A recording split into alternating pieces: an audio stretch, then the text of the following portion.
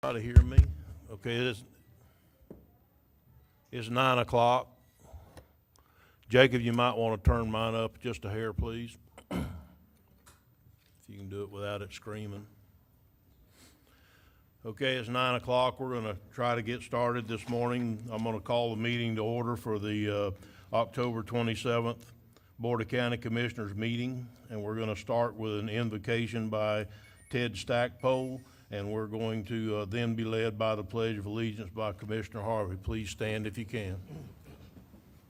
Would you bow your heads with me, please? Dear God, the Father Almighty, you are above all, possess all, and know all. This morning we pause for a moment to lift up our nation, our state, and our county. In this season of leadership selection, we pray that your hand would guide our process to place the chosen men and women in their offices for this season. We're seeking a time of unity for our nation, mutual respect for each other's differences, and kindness for the less fortunate. We continue to pray for the safety and well-being of our friends and neighbors as we believe for a breakthrough in the midst of this pandemic. And today I lift up this Board of Commissioners as they conduct business for the good of the people. Help them to be guided by accurate information, honorable motivation, and the wisdom of the Holy Spirit. We are grateful that we can pause for a moment to call on your name before the beginning of this business today. In the name of Jesus, I pray. Amen. Amen. Please join me in the pledge. I Pledge allegiance to the flag of the United States of America and to the republic for which it stands, a nation under God, indivisible, with liberty and justice for all.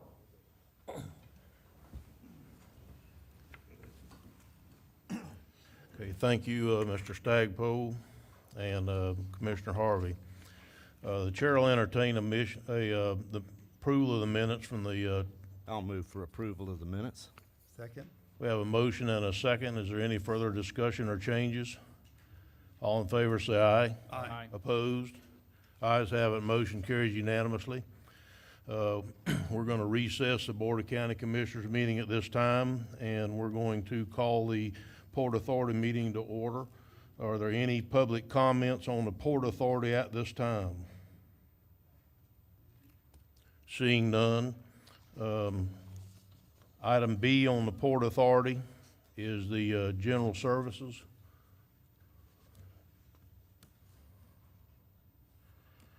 So you just want to handle that as a consent agenda item?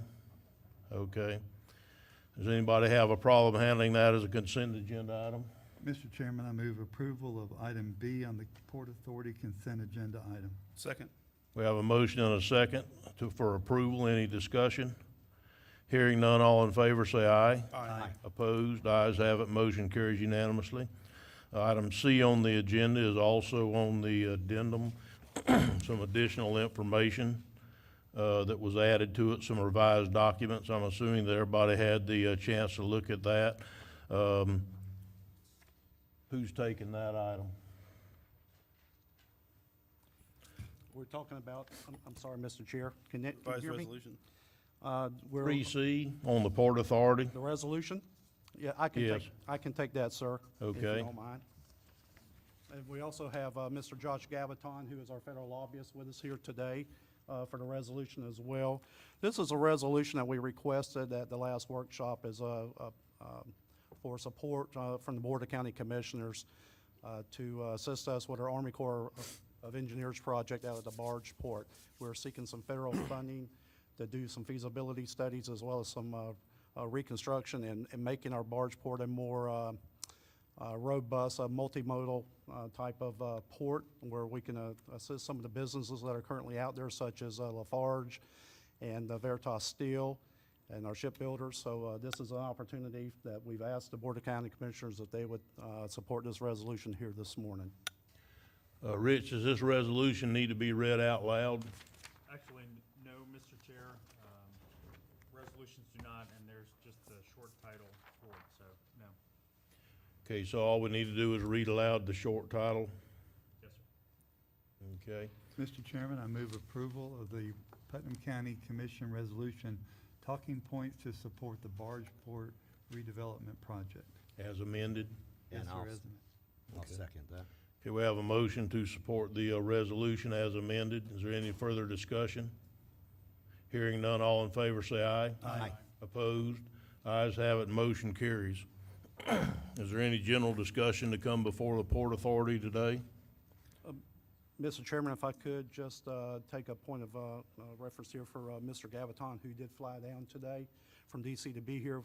He has worked tirelessly on this project for several years. This project was started, I think, about 3 years ago. And just wanted to say publicly, thank you, Mr. Gavaton, for all your work in DC and for what you do for the citizens of Putnam County and for the Board of County Commissioners. Thank you. Josh, would you like to come forward and say anything this morning? It's up to you. You'll have to come up to the microphone. Any reason to leave DC? I will do. But as you know, thank you for your support in Washington. This project has taken very, very good motion.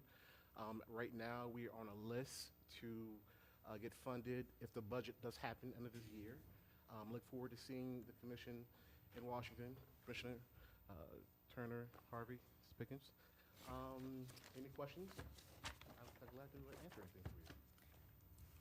you. Mr. Harvey? Thank you, Mr. Chairman. Josh, this morning I got an email from one of our constituents, Mr. Hotelin. He's got an island that he's concerned about that is being kind of washed away by the river, if you will. And in other areas, they have taken, if this is successful in dredging, he would like for us to entertain the thought of moving that material over to that island. Sediment removal. And it has been done before. It has, yes. So I'll forward you that email so you'll have it. Please do, sir. But I think it was a pretty good idea that he had today, so, Okay, look forward to the email, sir. thank you, sir. Thank you, Mr. Chairman. No problem. Is there any further general discussion on the Port Authority? Hearing none, I'll adjourn the Port Authority meeting and reconvene the Board of County Commissioners meeting. And we'll go to 4A, presentation by Cheryl Lynch from the Small Business Development Center. Morning, Cheryl. Morning, everybody. Good morning. How's everybody doing? We have our third quarter report. Be happy to answer any questions. I would like to highlight the jobs created and retained section of 120. That's due to the PPP loans, the EIDL loans, some of the grants that the county has handed out as well. So that's where those numbers come into play that we've been able to track. If you have any questions, I'll be more than happy to answer them pertaining to the report. I do have an update regarding the First Coast Fresh Food Innovation Center. We've been in a lot of discussions with DEO, Sean Lewis and Mike DiNapoli, along with the Northeast Florida Regional Council, trying to uncover additional grants that may be available that the county could apply for. They did come up with the rural infrastructure grant that's available, trying to figure out the terminology to see if we can slide in through that pathway. Did want an update. We were working with Matt previously on the Florida Jobs Grant, Growth Fund grant, and we know Matt's moving on, so was looking forward to finding out who we would work with next as our liaison with the county in moving this project forward. Commissioner Rawls. Can you speak to the second round of PPP and if it's approved, what they're focusing on as far as getting the money out and who they're targeting? It would probably more so towards smaller businesses. Until something gets passed in Congress, it's all up in the air. Okay. So, I mean, we're hoping that it'll go through because smaller businesses are suffering in these circumstances. So we're hoping that it will be geared towards that. There are still funds available for small businesses in rural areas. We just don't have the ability to go after a second round just yet. Okay. Thank you. No problem. Jacob, can you turn the volume up some, please? I think everybody in here is having some trouble hearing. I'm having trouble hearing. Yeah, myself included, but I'm old, so.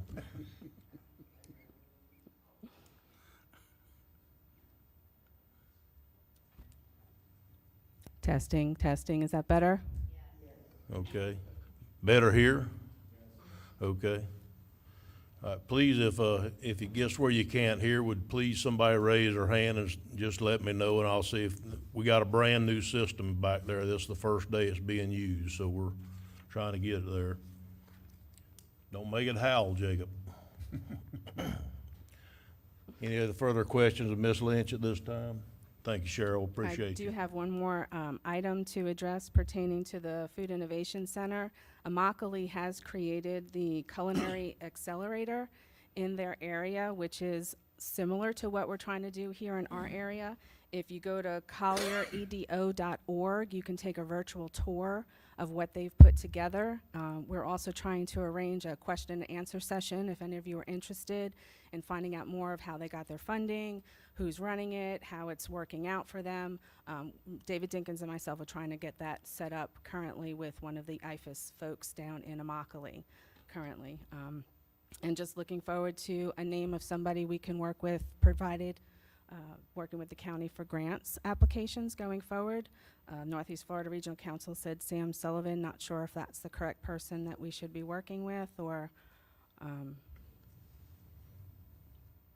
Mr. Chairman, Ms. Lynch is welcome to reach out to me. We'll work together and make sure we get you taken care of. okay, perfect. And we also want to thank Mr. Suggs. Our MOU for the next year with the city and the county are all in place, so SBDC is going to be here for another year.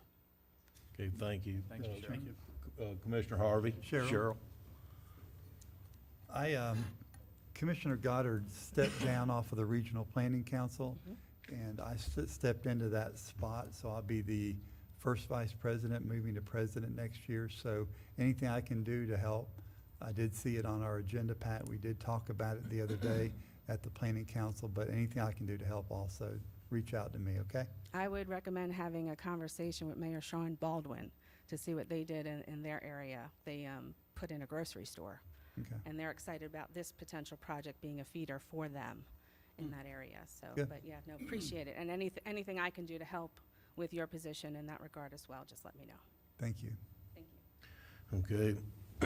Thank you, Commissioners. And with that, we're going to move into the presentation of the Statue Relocation Committee recommendations. Mr. Julianne. Well, on the addendum, they've got it at item B, Okay. which would make Julianne item C on the I got you. current agenda. Mr. Troiano? Good morning, Mr. Chair and board members. My name is Jim Troiano, and I bring you a message from the 11 board members, committee members that this board selected to identify potential locations for the Confederate statue, which is currently located at the Putnam County Courthouse to be relocated. Many of those committee members are here today, and the message in no particular order are three locations. The first is Veterans Memorial Park. The second is Melrose Heritage Park, and the third, keeping the statute where it is. Mr. Chair, the board members, the committee has exercised the authority you've given them to identify locations, and their task is completed. And Mr. Chair, my presentation to you at this time is at an end, and I'll answer any questions that you may have. Okay, does anybody have any questions of Mr. Troiano at this time? Okay, I don't think we do. Thank you. I do have a question. Is there a committee come forward to you that's going to be trying to represent those that want to move the statue? Mr. Chair, can he repeat the question one more time, please? Has anyone come to you as a committee, as an entity of any type, willing to pay to move that statue at this time? Mr. Chair, the answer is no. Okay. Thank you for your presentation today, Jim. Commissioner Harvey? Mr. Chairman, I know one of the sites was Melrose, and if it would be all right with the board, they've requested that I come out on November 5th on Thursday to have some meetings with the Historic Melrose Association. So I'm just looking for the thumbs up to go out there and talk to the people out there about their feelings in Melrose. Okay. Thank you, Commissioner Harvey. Commissioner Goddard? I just want to put this out there. All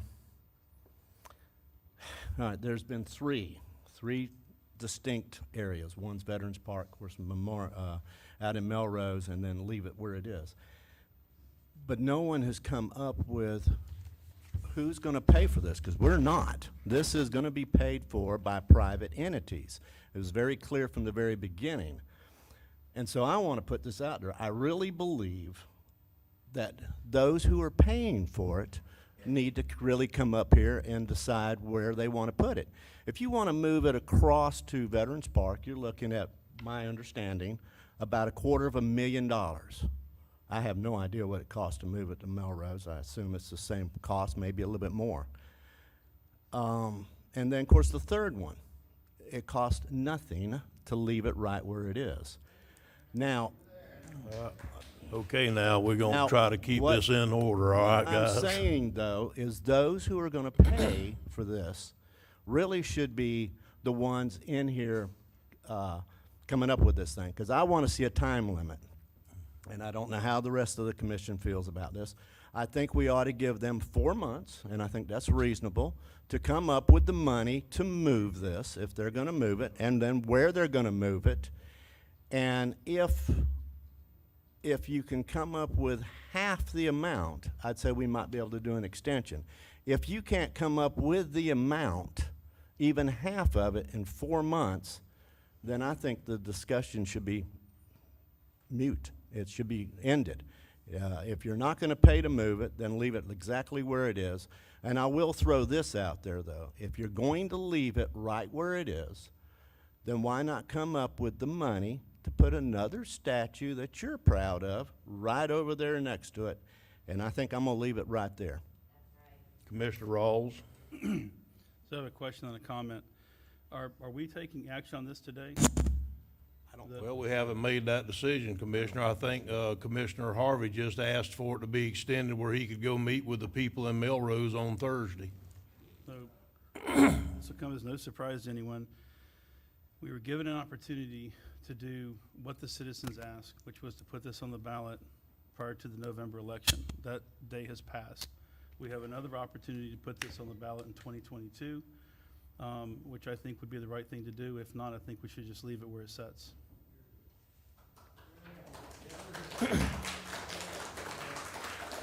Commissioner Pickens?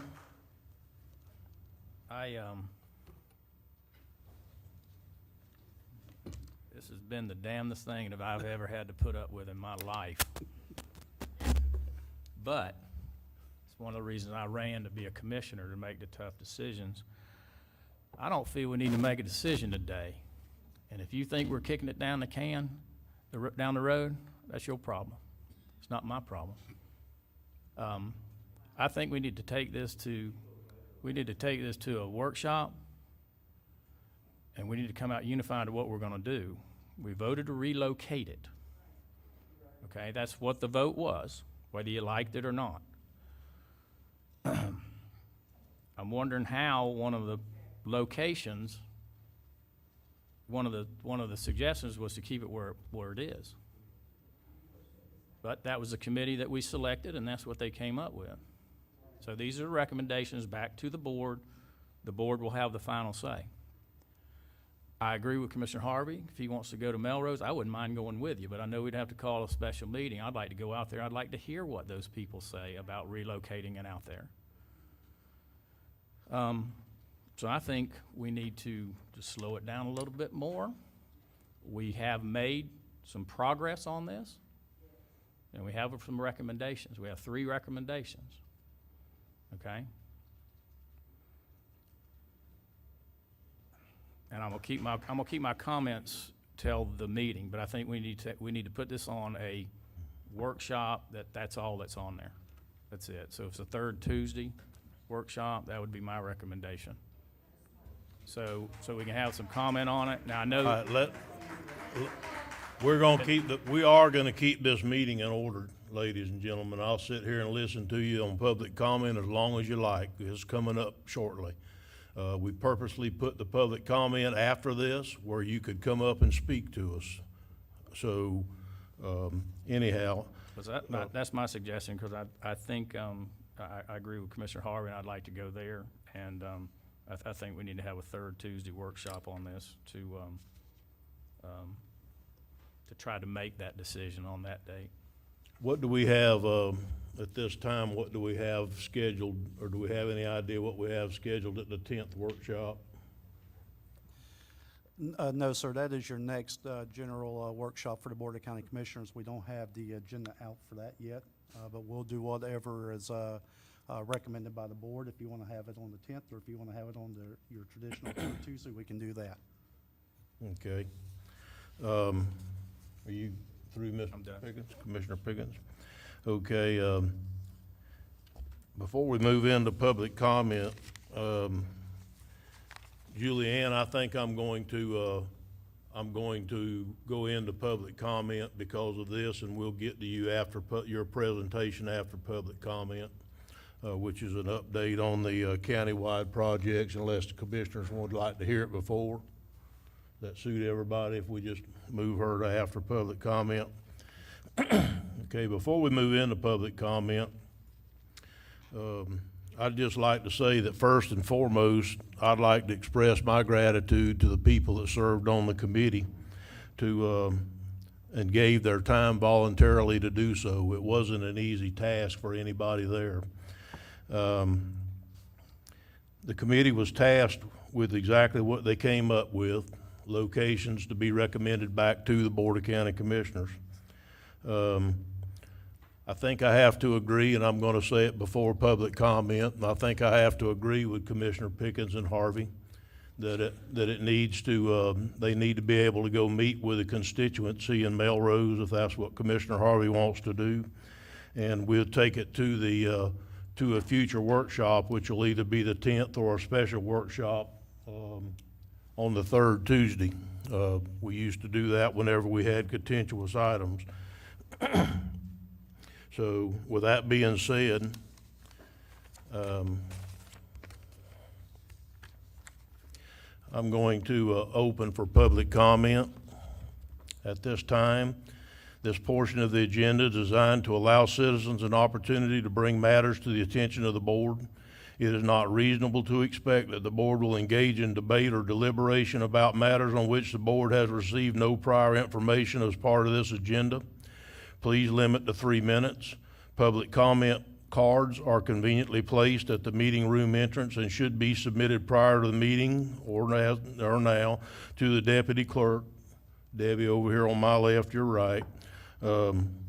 And just before we get started and I start calling names, calling names to be, to come up and speak. I didn't ask for a disposition on this before public comment, where y'all would have the opportunity to come up and speak before the commission decided to do something today or what that decision was going to be. So I didn't want you to think that your comments would go in vain one way or the other. So with that being said, the first person that I'm going to ask to come forward is LaToya Robinson.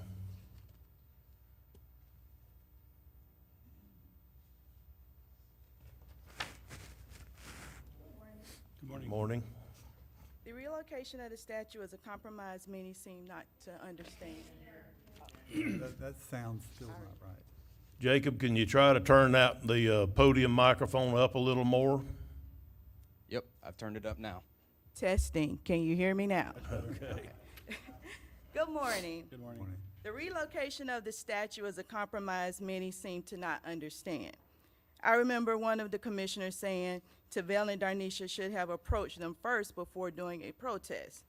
Well, a protest was warranted because no one should have to tell you that a Confederate statue is offensive to the black community. That's something that the leaders should have taken the initiative to address. No action from the leaders of Putnam County means you didn't see the need to address it.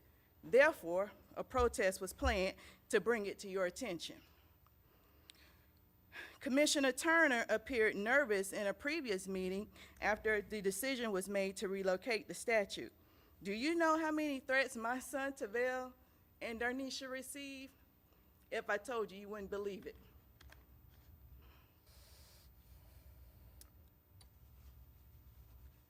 However, with all the threats that was brought to our attention, they stayed the course and continue to make the community aware of how the statue affects the black community.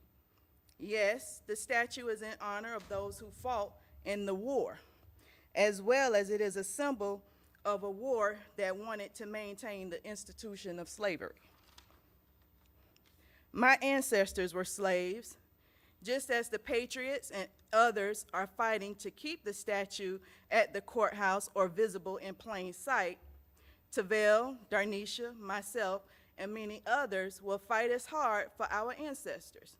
I don't see what the issue is in relocating the statue to a designated location. For those who wish to honor it can still proceed to honor it. Thank you. Thank you for your comments, Ms. Robinson. Next is Lincille McAllister. Is that it?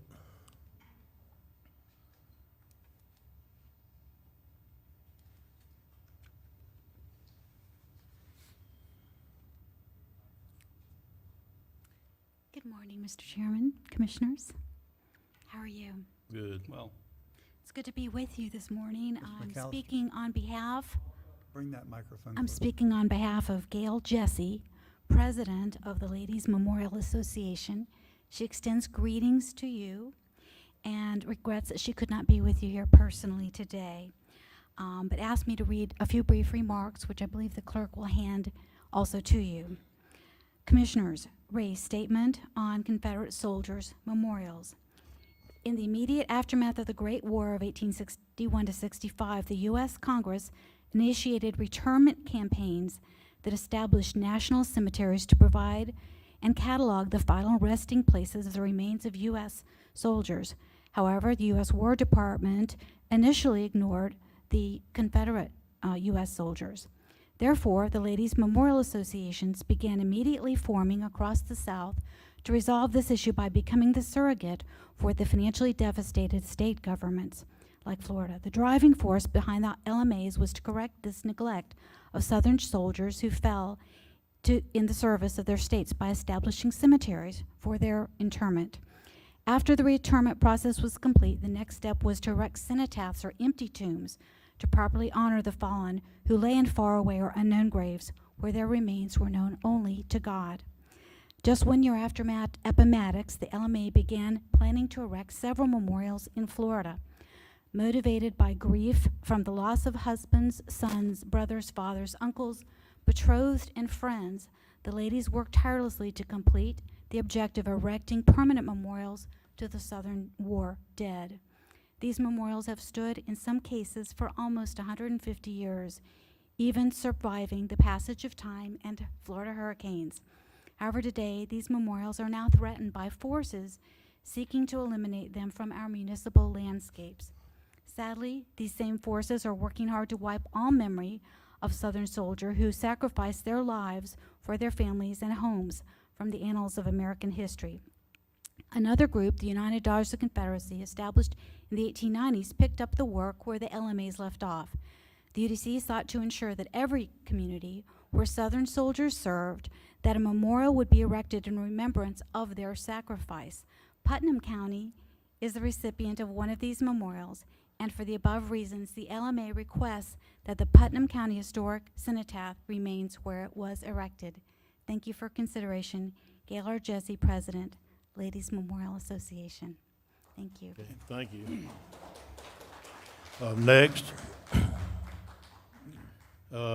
Bob Kerwin.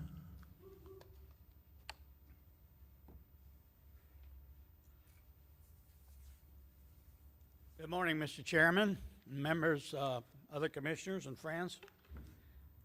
I wish to say a few words on behalf of the Civil War monument remaining on the courthouse grounds for now. Webster's College Dictionary defines the word respect as to feel or to show honor or esteem, or in other words, to hold in high regard. The voters of Putnam County elected you, and they showed their respect by doing so. You didn't demand it, you earned it. All of the memorials on the courthouse grounds were put there by fraternal organizations and residents and friends of Putnam County to show their honor and esteem to those who served and died in the conflicts. The monument in question was not put there by government and should not be removed by government. Commissioner Jeff Rawls, Please. Commissioner Jeff Rawls was the only one that got it right. It needs to be put on the petition for the voters to vote on. Then you wouldn't have to worry about running all over the county and looking for things because the voters would make the decision for you, like it should be.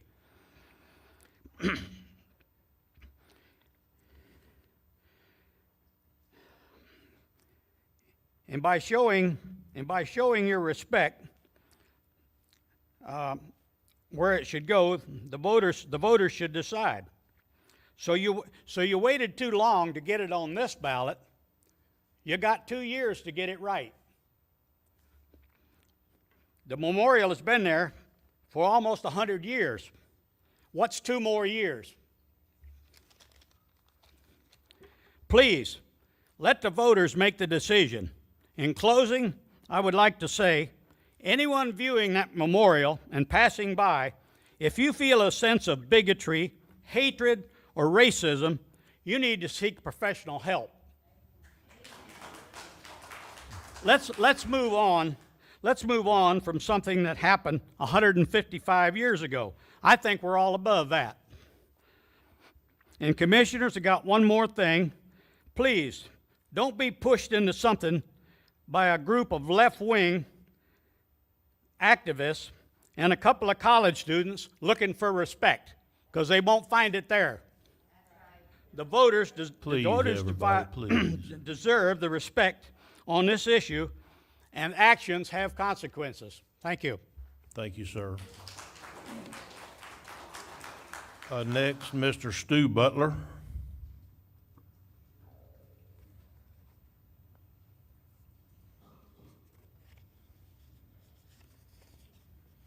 Good morning, everybody. My name is Steve Butler. I'm just going to keep it short. I worked for the county for 6 years, maintaining the courthouse lawn and surrounding properties. The whole 6 years I've worked there, nobody has ever came up to me and said, you know, I think this statue should be removed. This is it's political, it's all political. I mean, if you're going to start removing things, there's a lot in this county that should be removed. But to just concentrate on one thing that I maintained in this courthouse lawn and to remove it is plainly ridiculous. So, you know, I just wanted to keep it short. That's all I got to say. Thank you, Mr. Butler. Next, Gail Esperson.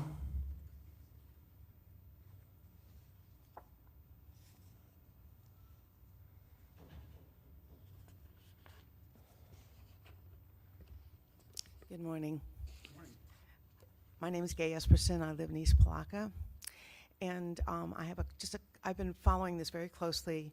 I've sent emails to all of you. Thank you, Mr. Pickens, for recognizing that the vote was already made to move the statue. And when I was in the committee meeting, for the first one, watching it, I noticed that there were 3 people who voted against having the statue stay put. And it's significant to me that those 3 people were the 3 black women on the committee. I just want you to be aware of that. Thank you. Okay. Thank you, Ms. Esperson. Next, Judy Lucia.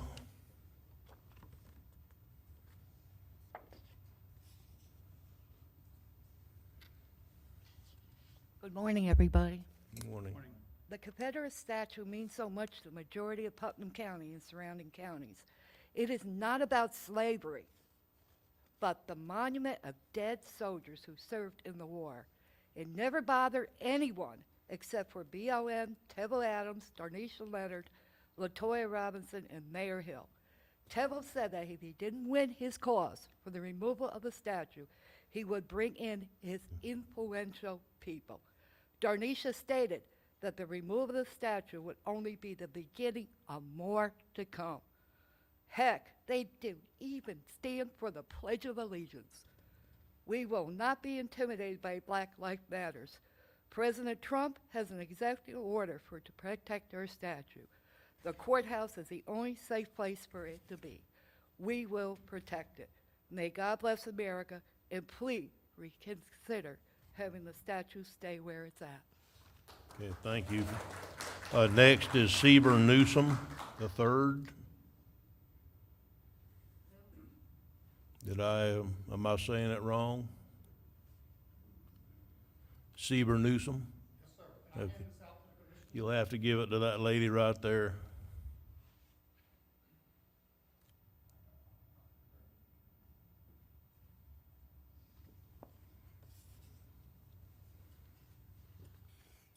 Excuse me. Hello, my name is Seaver Newsom III.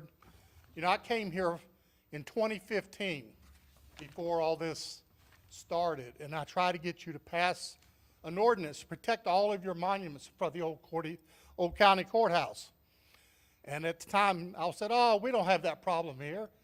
Well, now you do, don't you? You know, I'm not going to talk about the history of it, what it means to some people, what it means to other people. But I have a solution, another option. Keep it there and contact, well, I showed you a picture there, Palatka Memorial Services. They did a monument that's 6 feet 8 inches high. You can see the picture of it. This is what it looks like. Mr. Newsom, Obelisk. you need to address the board, please. Sir. Thank you. Why don't you put up another memorial on the courthouse grounds, maybe closer to the steps of the courthouse, to either honor the slaves from Putnam County, because there were a lot, or to honor the black Union soldiers, or both. For what it will cost to move the Confederate memorial, you can do these two easily. $30,000, it looks like. You could do 2 of them, from what this man told me, Glenn East at Palatka Memorial Services. And it looks like it's a beautiful monument. You can have engraving on it, whatever you want. That's another option. You said it cost almost $250,000 to move that, and that's right, because it cost $200,000 to move the one in St. Augustine out to Trout Creek. So that's another option. Put up more memorials. Don't take them down. Let's honor everybody. Everybody. Include everybody's history in this. Why offend one group and take something down when you can put up more to honor more people? Isn't that the logical thing to do?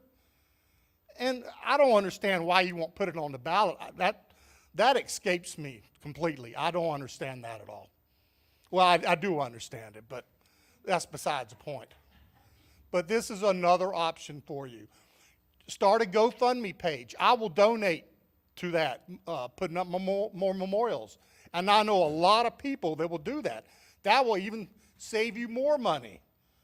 People will donate to put up these memorials to either the black Union soldiers who fought, there were some from Palatka, or to honor the slaves from Palatka, Putnam County. Let's do that. Doesn't that make sense?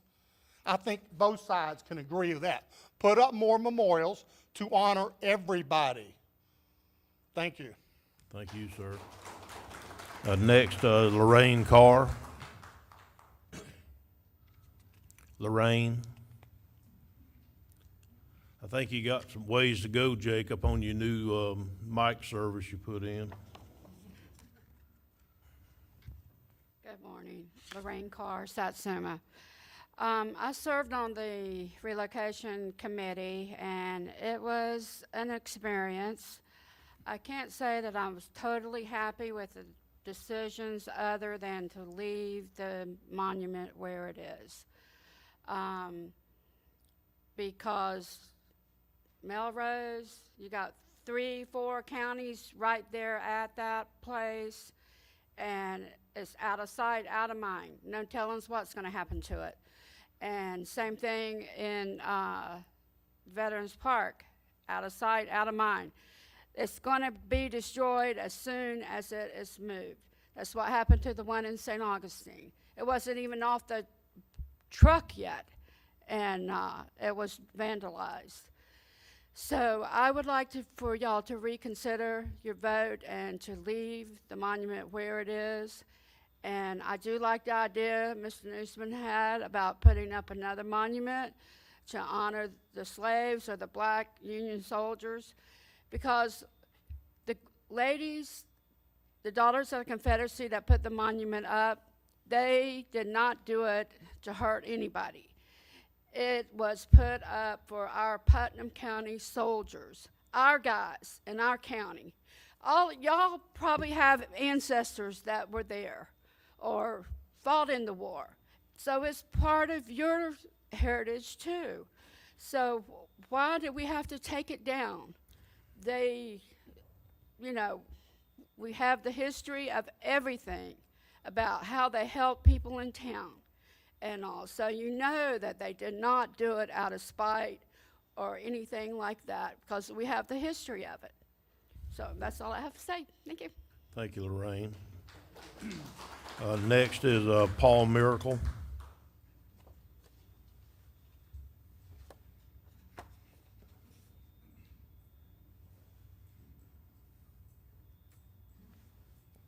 Hello, testing. Can you hear me? Yeah, pull it up a little closer to you, Paul. There you go. Can you hear me? Yeah, good, thank you. All right. First off, I want to say with the death threats, there's not one person that I don't know in the patriotic community that has not gotten over hundreds of death threats through the BLM. It's on a regular basis on both sides. And the reasoning why is because we have created division among this thing. One question is to Pickens and Harvey. If y'all wanted to go check out the Melrose spot, you've had 2 weeks. Why haven't you done it? You know? And then for you, Turner, I would say, you saying you're... Mr. Turner. Mr. Turner, I'm sorry. Thank you. So, Mr. Turner, Commissioner, like, if y'all, like, if you were listening to the people and you wanted the people to be said, why didn't you allow it to be on the ballot, which we're right here in December right now? It would be literally being almost voted on in what, a week? So, and then y'all are still trying to push it off like Rawls keeps saying, or Mr. Rawls keeps saying. Thank you. You know, it's still being pushed off. So what's to say that after this election is over, that you're not gonna turn on us again when you first turned on us, when you said that you were gonna put it on a ballot, where it should have been. And I guess that's it. Okay, thank you for coming. The next is David Wade. Good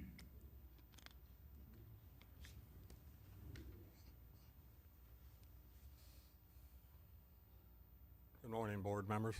I'm David Wade. I spent nearly 72 years of my life here in Putnam County, along with my family, my grandchildren, my great-grandchildren. I'm a member of the committee, or was a member of that committee. But I've got a problem, and that problem is I just received the minutes of the board meeting on the October 15th, and they're not approved. And I've got a problem with that because there's an issue on Article 7, Paragraph 3, and that issue is that it seems as though the wants of a few are targeted by a lobbying to committee members who were at ease at home, and destroyed the effective nature of the approval of the committee and took away from the majority a voice of the people in this issue, not even being present. Excuse me, Mr. Chairman. Yes. Can you be a little more specific which board meeting you're talking about? Because I'm completely I confused. think talking he's about the board his meeting. Committee meeting. Committee meeting Okay, on the okay. 15th. I'm a member of that committee. Okay, the 15th. But Okay. those minutes were not approved. I just received my copy of the minutes in yesterday's mail. Therefore, I couldn't recognize the problem until I read it. And I cited Article 7, Paragraph 3. Lobbied to the committee members, a certain group of committee members, by a certain group of outside few people, the Theobald family to be quite exact, took away and distracted the committee, and thus the two, if you will, former positions were rendered moot and took off of the three that we were supposed to come up with. They were Triangle Park / Theobald Park, and out behind me there, about 200 yards, is the sign where it was proposed that it would go also. With one swift movement by several of the board members, they were rendered moot and taken out of the stack of three. And other parts were put in their place, parts that I didn't like. I voted against it. I think one other person did too. And but we were one member short. He didn't come in until after that voting took place. I suggest that y'all, if you haven't read the meeting, minutes of that meeting, I've got a copy of it here, and I'm sure Mr. Troiano does, but they're unapproved, and therefore I render that section of that meeting moot and revert back to the two spots, which were Triangle Park and the business center right out back, for its location, along with leaving it alone. And you know, because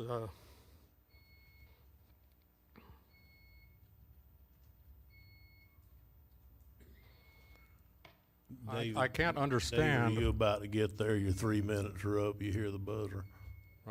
I thought it was just my hearing aid. But I can't understand why we allowed this to happen. We were one member short of having enough to maybe do something, but his not being there certainly was a discussion that was relevant to their location. And that's all I have to say. Thank you for listening. Thank you, sir, for And this is coming no today. reflection on Mr. Troiana. I think it may be an oversight. Rich, I have a quick question for you. On a committee that's now been disbanded, who approves the minutes of the last meeting? They can just come on the consent agenda. It's really just to show that they took place, not any sort of comment. They'll come Okay. before the commission just to confirm that they took place. Okay, thank you. Next is Ms. Sheila Beck.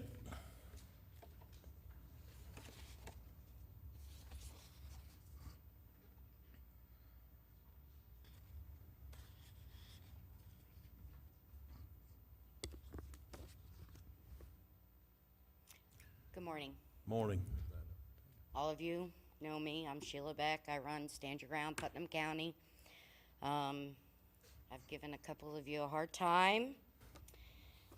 I want to address one thing before. Miss Latoya had said, do y'all know how many death threats or threats that her son has had? As you all know, that I was at both of those meetings. I spoke out. I gave my name. I had to give my address. Since then, I have had pictures stolen off my Facebook. I have been threatened. People are posting them, making threats against me and my disabled husband, who has not even attended one rally. Not one. Y'all asked this committee to do something. Mr. Turner, you reserved the right to change your mind, and we are here to ask you to exercise that right. The power is in your hands. Let's keep it civil. The power's in your hands. I'm sorry that it's laying in your lap, but you are in control of this. You can make this decision. No, it does not have to go to a workshop. Y'all had your workshop. Y'all voted. It went to the committee. There's no reason to go back to workshop. Y'all know what the choices were.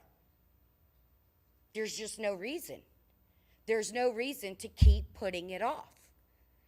The only thing that it's going to do, I don't know. It's going to hurt someone's election, I know that. Because people are waiting. People are waiting to see y'all's hands. It's time you show them. It's time you stand up like Mr. Rawls and show them you have a backbone, that you're not going to be bribed, you're not going to be paid off, none of that. Mr. Harvey, I'm going to direct this to you since you did respond to one of my emails. I found it kind of descending, arrogant, and I really don't think that you should be in the position that you're in. We can do whatever we have to do. Just like she said, LaToya said, that they're gonna keep fighting. We got a whole lot of fighting us. We're out there every week. Every week we're out there.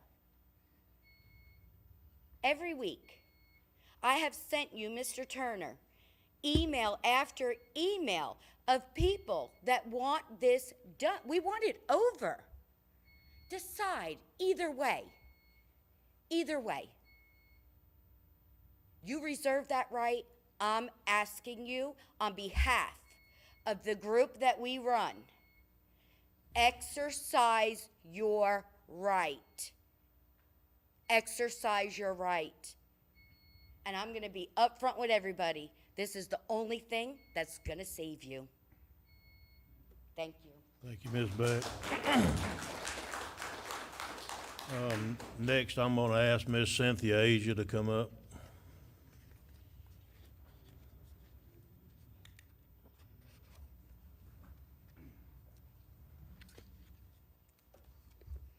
Good morning. Morning. Can you hear me? Yes, ma'am. I was not planning on coming up. I am a member of the committee, not the board. I'm a member of the committee. And I was born and raised in Putnam County. So I've seen the good, the bad, and the ugly, and a retired 35-year educator from the school level to the district level. And I just wanted to say that, to me, this is an opportunity, and I think I said it as my closing remark at the last committee meeting. This is an opportunity to bring unity to Putnam County. This is not just Palatka. This is Putnam County. And I think that as a taxpayer, I have just as much right as anyone else. But I think it's time for us to begin a healing process, no matter what the decision is, because it is your decision. But we do need to come to a point where we can begin to heal. And going back and forth, as far as some of the comments are concerned, my thing is I have a right just as any other person, but also our country needs healing. We need to begin the process. And I think that the 5 of you can make that decision. And I'm just honored to have been on the committee to listen to some of the opinions of others. But I just wanted to get up and say that because my thing is we need to heal. I've been through many protests in Putnam County years ago. This protest just hadn't started now. I've been here the whole time. And so I do know that it's never been positive like some people think, always. There have been some ups and downs, and we're still fighting the same battles that I fought back in the 60s. That's sad to me. But I think that we have an opportunity here in Putnam County to begin the healing process. So thank you for letting me be on the committee, but also be here today just to hear the comments. And I do look to see some healing beginning in Putnam County. Thank you. Yeah, thank you, Ms. Asia. Rodney Williams.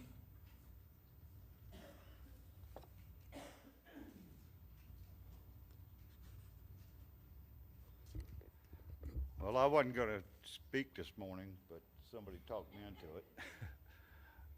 First thing I want to say is I want to send prayers and well wishes to all the police officers that were injured in Philadelphia last night in the so-called peaceful protests. There was 30 of them. One of them ran over. So that was the first thing I want to say.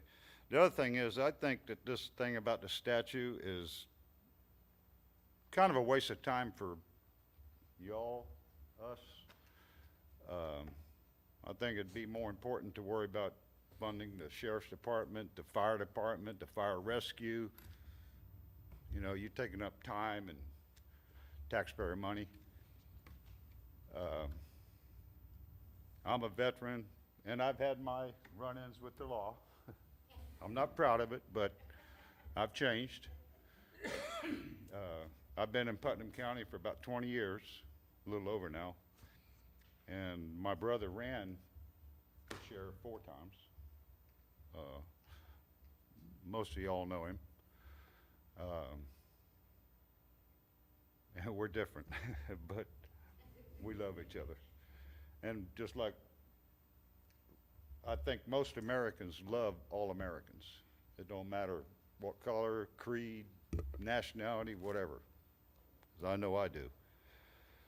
And I'm not that good of a public speaker, as you can tell. But like I said, I think that there's a lot more things to worry about, because if you don't learn about the past, you're prone to repeat it, and that's exactly what's going on right now. Socialists in this country is just, and I feel bad for the people that were educated after the 70s, because they were never taught anything about socialism, the reason for this flag, why we fought in wars to protect, to give everybody the right to do what we're doing right now. And that's about all I got to say. Thank you, Mr. Williams. Next, I'm going to ask Nicole Ratcliffe. Okay. Okay, would you give us your name and address for the record, please, where it's on the record? Good morning. My name is Nicole Lee Ratkovic, and I live at 330-1 Sleepy Hollow Drive, Interlochen. And I was born and raised in St. Augustine, Florida. I've lived in Putnam County for 8 years now, and it's the most beautiful county, I think, in Florida. I think Florida is the most beautiful state, but I think that the South is the most beautiful part of this whole entire planet, and that the reason it is and is able to be so the way it is because of the people who fought for it, and they protected their homes and they protected their lands, and it had much more to do with their home and their families than it did with any specific institution. And I am so proud of my Southern heritage. My grandmother grew up with her family planting cotton and picking cotton. She planted corn, she picked corn, she planted beans, she picked beans. They're sharecroppers. Her family would buy her shoes, brand new shoes, for picking when the season for planting when the season started, and for all the way up to picking the crops. And then school started after the crops were harvested, and she had to go to school in those same shoes. And they weren't new shoes, and so I'm just really proud of her and of all of the community that I live in and their ancestors for doing what they did and protecting their families and their lands, because they were hardworking people. They didn't have 99% of the South planted their food and harvested their food themselves. They're what I like to call, what many people like to call, hardworking dirt farmers. And that's what the South is, and that's what we were fighting for, was for our land and for our homes. And sometimes it still feels like, we're doing that.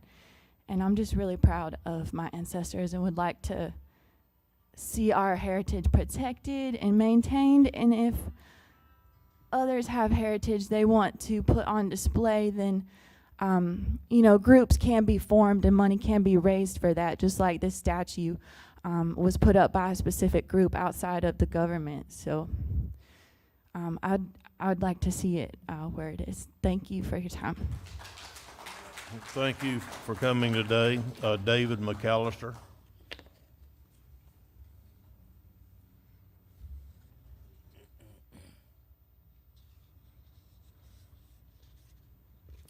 Good morning, Commissioners. My name is David McAllister. I'm an officer of the Florida Division of the Sons of Confederate Veterans, and I'm here to correct any misunderstandings there may be about the official position of the Sons of Confederate Veterans. Our national policy is that civic authorities, national and state and local, all should leave all veterans memorials to all wars, all veterans of all wars memorials as they are and where they are. All veterans deserve respect. The way that we treat the veterans of 150 years ago will be the way that the veterans of today will be treated 150 years from now. Personally, I'd like to ask you to reconsider the vote to remove the monument and allow a vote of the people of the community on this issue. This has been done in other counties in Florida. I guarantee you money for removal will come from outside your community, and certainly agitation for removal will come from outside your community. You don't want people just to buy what they want from you, do you? The monument was paid for by the ladies of the community 100 years ago, but really the price was paid by the veterans from this community 150 years ago who served when their farms and families were threatened and their state called them to service. I was here a month ago when Mr. H.K. Edgerton, who was a past president of the National Association for the Advancement of Colored People in Asheville, North Carolina, spoke here. He's a black Southern civil rights activist, and he spoke to over 250 citizens at the courthouse to urge them to keep their local monument. Mr. Edgerton says that many in the black community identify as Southerners and want to maintain our shared Southern identity. Sometimes they're afraid to speak up. Martin Luther King wasn't afraid. He dreamed of a table of brotherhood, and you cannot build a table of brotherhood when the civic landscape that we share, representing the history and honorable service of our ancestors, is removed. Keep the Confederate monument. Thank you. Thank you, sir. Next, Sue Holland.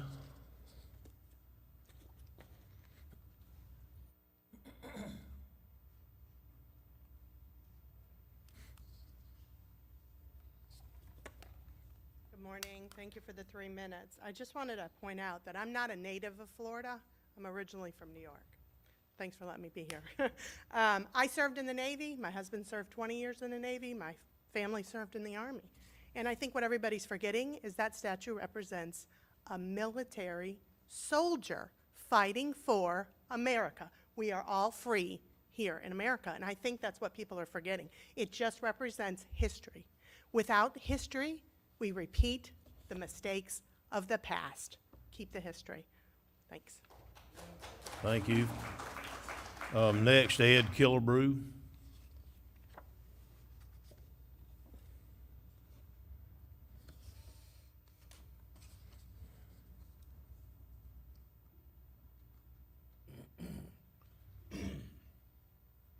Good morning. Morning. My name is Ed Killebrew. I reside at 146 Barden Estates Circle. Believe it or not, I wasn't going to try to say anything this morning. I was just happy to be back in the house to watch you guys perform government. But with that being said, as I've said from this podium many times before, I'm a 7th generation Putnam Countyan. I'm proud of where I'm from. I've lived here all my life. I've worked to help my children to be able to stay here in Putnam County, and all these people in this audience, their children, to stay here in Putnam County, just as y'all have, to learn, to be educated, and worked through high school, college, and now I'm proud. We've got a 4-year educational system here in Putnam County that our kids can stay here and be educated. Our children. I mean, everyone sitting on this board can remember when there wasn't such a thing here in Putnam County. We had a 2-year community college, junior college. All those things where we have progressed, moved forward, and we continue to move forward. Tried to move forward as a community, listening to other people's opinions and ideas. If you'll remember when this thing started, I stood up and I said, we need to have a compromise somewhere along this line. The compromise that I see that can happen is move the statue, but put it on the court, leave it on the square. Leave it on the courthouse square. Put it to the side. I have an uncle that's down there on the World War II monument. Okay? I mean, again, I've got vested interest here. Leave it on the square. But in its place, put something that says, today, we as citizens of Putnam County have decided to move forward from any kind of hatred, any kind of thing like that that's going to bother us, white, black, yellow, indifferent, gay. I mean,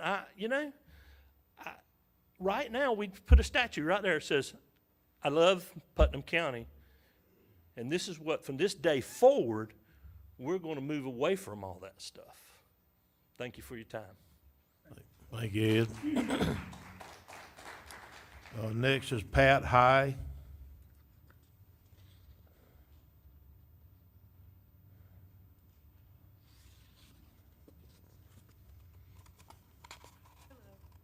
My name is Patricia Moore High, and I live at 330 Sleepy Hollow Drive in Interlochen. My name is Patricia Moore High, and I live at 330-1 Sleepy Hollow Drive in Interlochen. The Moore in my name is my grandmother's middle name. Branch High was my great-great-grandfather, and he was a colonel in the Civil War for the 7th Infantry. He mainly protected farms and local communities from attacks from vagabonds and northern raiders coming into our area. He did go to Gettysburg, but they got there late and were in the supply line part of the war and never actually fought.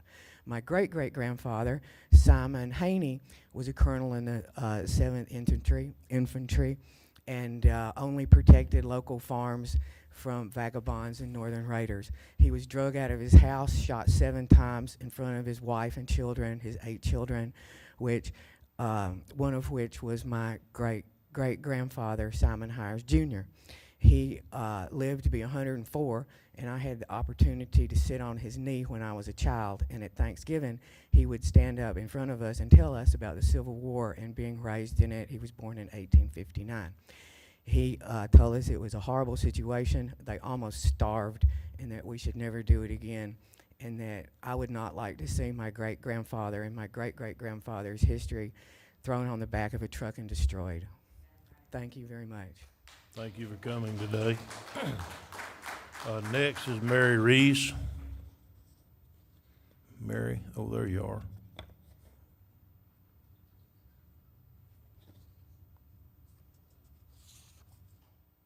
I had not planned on speaking today, and so I was trying to get my thoughts together, and I didn't have much time. One thing I've learned over my lifetime is that veterans have a different perspective on freedom and what that means and what that stands for. My husband was a Vietnam vet. He died from the effects of Agent Orange. He did not speak about the war very much, even if you asked him. He kept that kind of sequestered back in his mind. But they did have a respect for each other. Veteran of any war. If you can remember, and you're old enough to remember, when the Vietnam veterans came back, our country was very nasty to them, spit on them, called them names. I've done a lot of research on this statue and the what it came from Putnam County, because that's how we have to look at it, is the lens of Putnam County. And I found this little article about the return of the Florida battle flag by a Union officer. It said the flag, torn and shot and shelled, stained with the blood of soldiers of both North and South, was formally presented by Colonel Alcorn, Toledo, Ohio, blah, blah, blah, blah, blah. And he said, Florida need feel no shame in the loss of the battle banner at Franklin. It was taken behind our own entrenchments, and it took a courageous group of fighting men to ever get there. You had us licked at Franklin, but fortunately for us, your command apparently failed to realize at the crucial moment just how completely you had us encompassed. Turning then to the torn flag, the aged federal veteran reverently said, the flag itself has been taken within our lines, behind our own breastworks.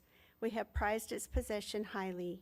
Tonight, however, our pleasure in returning it to the men whose courage we had cause to admire and incidentally were forced to respect is greater than our pride in its possession.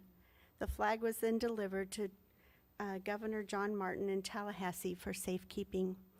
The thought struck me that if opposing men who fought on opposing sides in a war had that much respect for each other, that certainly we should have that respect for the veterans of a war that perhaps we can't even understand or have any lens of understanding too. I hope that we can come together as a community serving on the committee. I appreciate that honor. Listening to others' perspective has certainly been an eye-opener. We do need to come together, as Ms. Asia said, and begin healing, but I don't think that removing the statue would help in that process. And so I stand with history and ask that it remain in place. And you can do a revote, I think. Okay, thank you. Next, for public comment is Tim Hoteling. Wake up, Tim. You don't have to come up here, Tim. I can't. Concerning Ports Authority? There's public comment right now. I understand that we're not in the port, that we're already past the Port Authority, but I saw you late, so I'll let you speak on your island. Come on. Mr. Chairman? Yes. May I? Yes. Mr. Chairman, thank you. Mr. Hoteling, when Josh Gabaton, our federal lobbyist, was here this morning. Yes, sir. And you hadn't gotten here yet, I brought up the email that you sent to me about taking that dredge material, if we can get that award and putting it over on the island. He wrote down notes, so I can't. Possibly. Okay. Possibly, and I appreciated it, and I put it on the record this morning for that to be done. Very good. And he also commented that it wasn't the first time that's been done before, so he didn't think there would be a big issue. We'll see. Cool, because for those that don't know, Buzzard Island is in the middle of the off to the side in the St. Johns River, and it's been here since the sailing days. And when I first got here 5 years ago, there were all kinds of cypress trees, and it was just covered with the white birds that are Florida, that all the tourists come to see, that eat all kinds of bugs on the farmers' fields every day.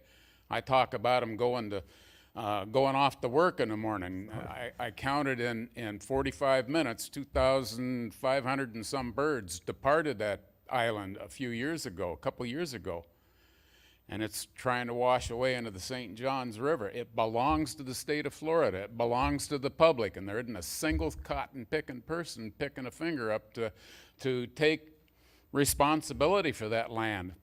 They spent 25 years trying to get that piece, the Florida DEP, trying to get that thing, and it was finally converted from the federal government to the state of Florida, and all they did was throw it in a vault and ignore it. Larry Harvey was kind enough to author a letter 3-4 years ago now.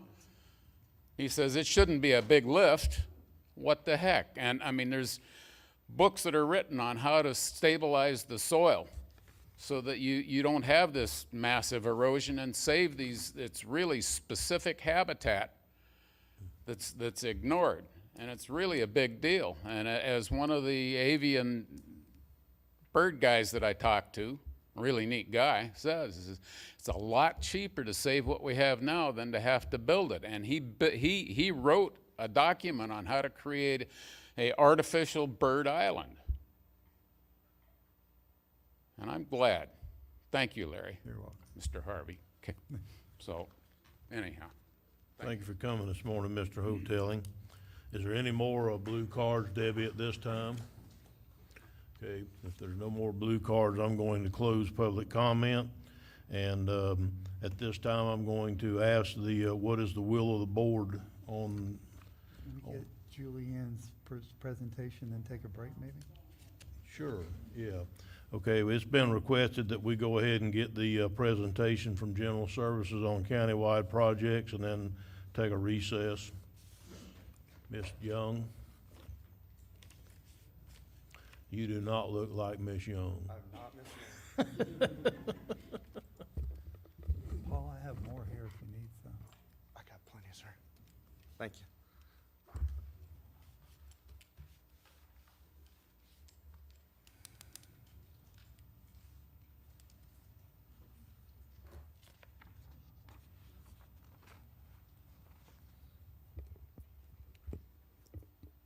Good morning, Commissioners. Morning. I'm here for your October project updates. As a reminder, this is not an all-inclusive list of county projects. This is a snippet of county projects that are of most concern to our administration, commission, and/or citizens. With that, we'll begin. Administration has the strategic plan project that's coming to a close. The report from the two-day planning workshop was disseminated. The mission, vision, and value statement has been established. Employee survey results were disseminated and reviewed. The strategic operational plans and goal metrics have been reviewed by the consultant, and the 14 priority objectives identified by the board have been assigned to team leads and have been operationalized to develop actionable metrics. The final version of the strategic plan is expected to be sent to the BOCC during November. The administration has the CARES Act Business Assistance Program.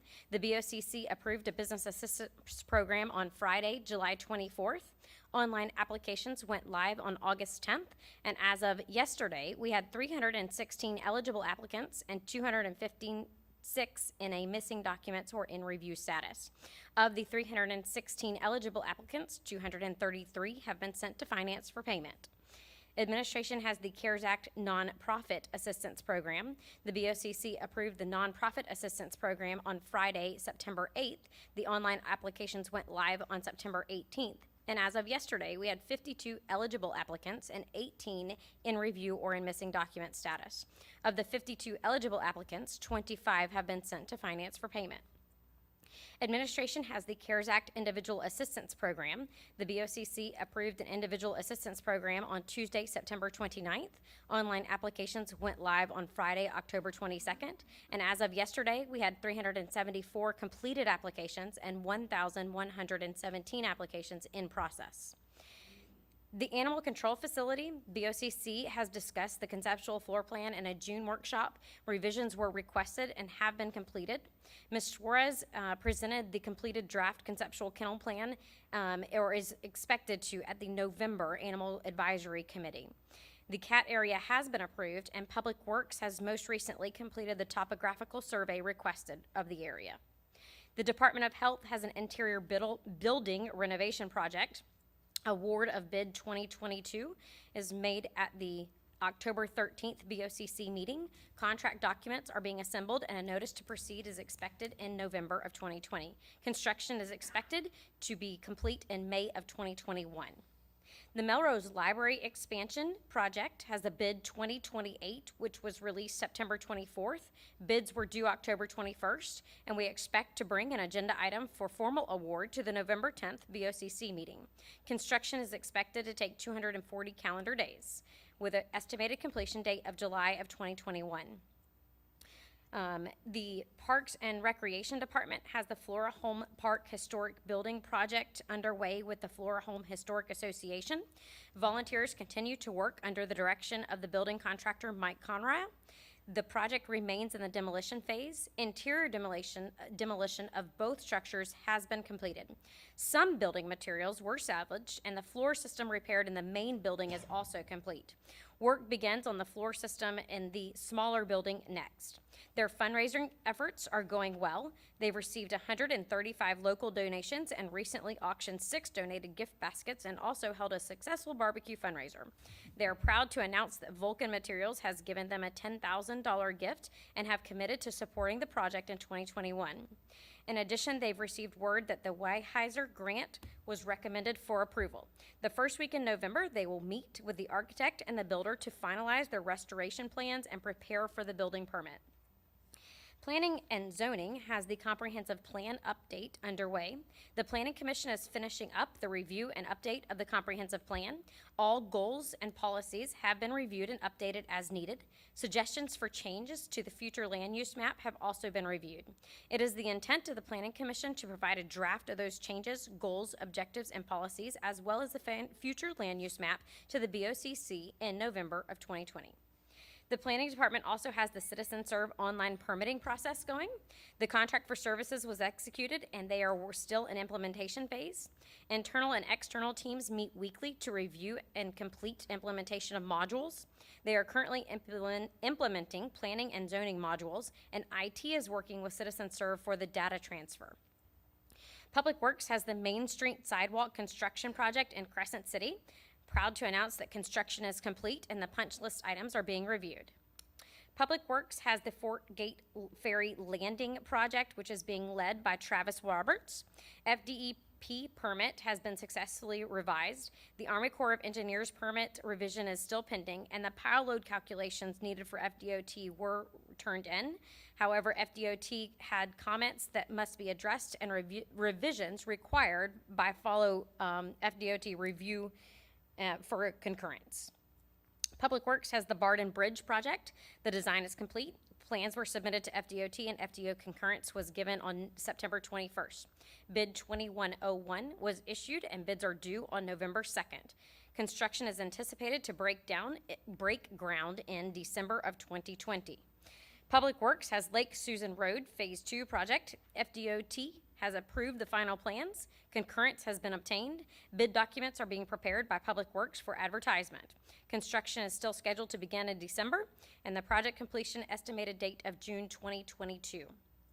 Public Works has the St. John's Avenue resurfacing, Palm Avenue to CSX Crossing, the Palatka Fire Station. 90% plans scheduled to be submitted to Public Works on October 28th for review. Construction schedule is still scheduled to begin in January of 2021 and project completion estimated date of July of 2022. Public Works had the fiscal year 20 road resurfacing project. The construction and the project is officially complete. Public Works has the East Palatka wastewater treatment plant expansion. The expansion was completed, which involves installation of the lift station at Paradise Point, the septic to sewer individual tie-ins, Horse Landing and Elsie Drive are underway. The tie-ins are scheduled to be complete in October, and the punch list items are being addressed. Scheduled to be fully completed by November 13th. Public Works has the County Road 310 Bridge Rehabilitation Project. Notice to proceed for a crunch bench system was issued to Civil Services Design, scheduled to be completed in March 26, 2021. Public Works has the septic to sewer conversion.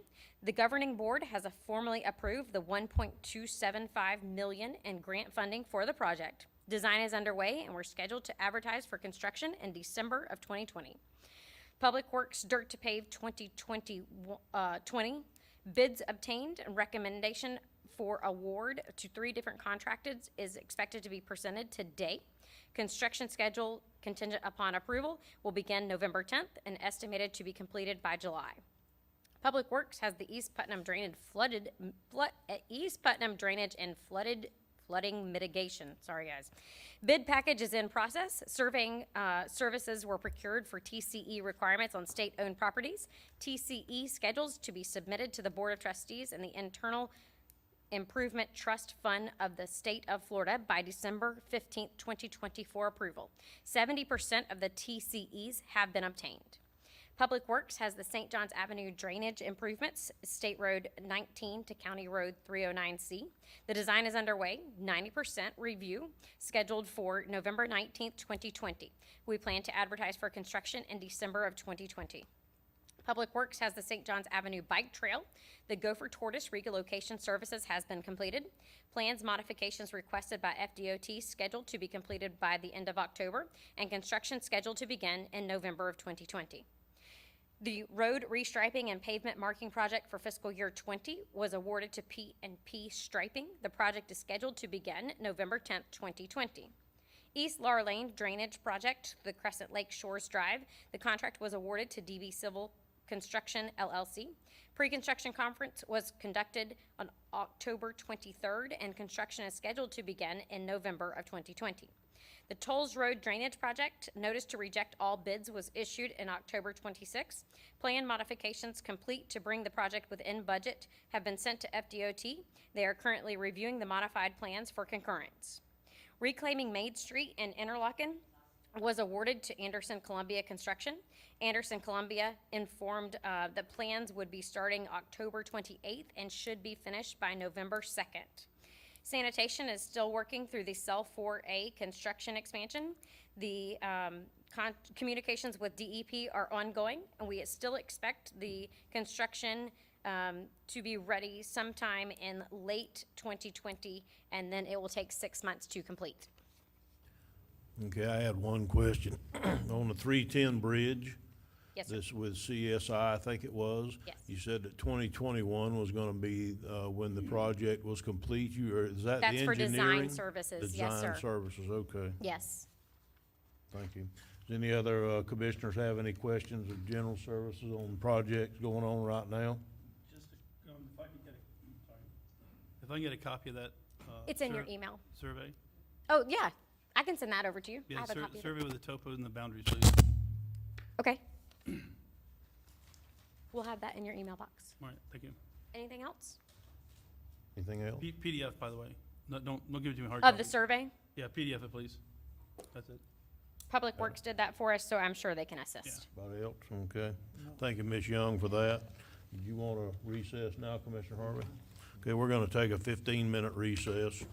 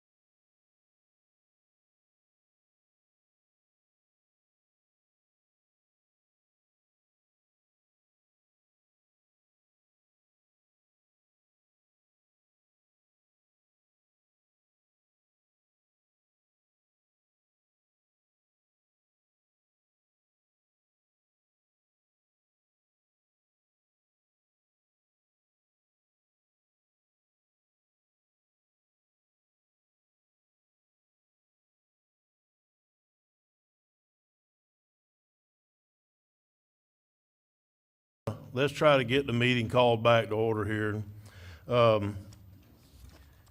I guess we need to decide what we're gonna do. Commissioner Harvey, did you have any further comments at this time? I don't, sir. Commissioner Pickens? No. Commissioner Harvey? Excuse me, Commissioner Rawls? Do you have any further I comments? know we look a lot alike, but no. I'll make a motion that we go ahead and put this on the ballot for our next election cycle to be decided by the citizens. We have a motion, is there a second?